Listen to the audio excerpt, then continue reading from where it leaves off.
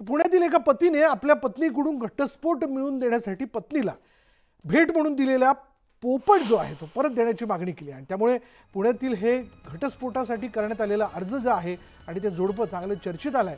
मिळालेल्या माहितीनुसार पतीने त्याच्या पहिल्या भेटीच्या वेळी पत्नीला आफ्रिकन पोपट भेट दिला होता।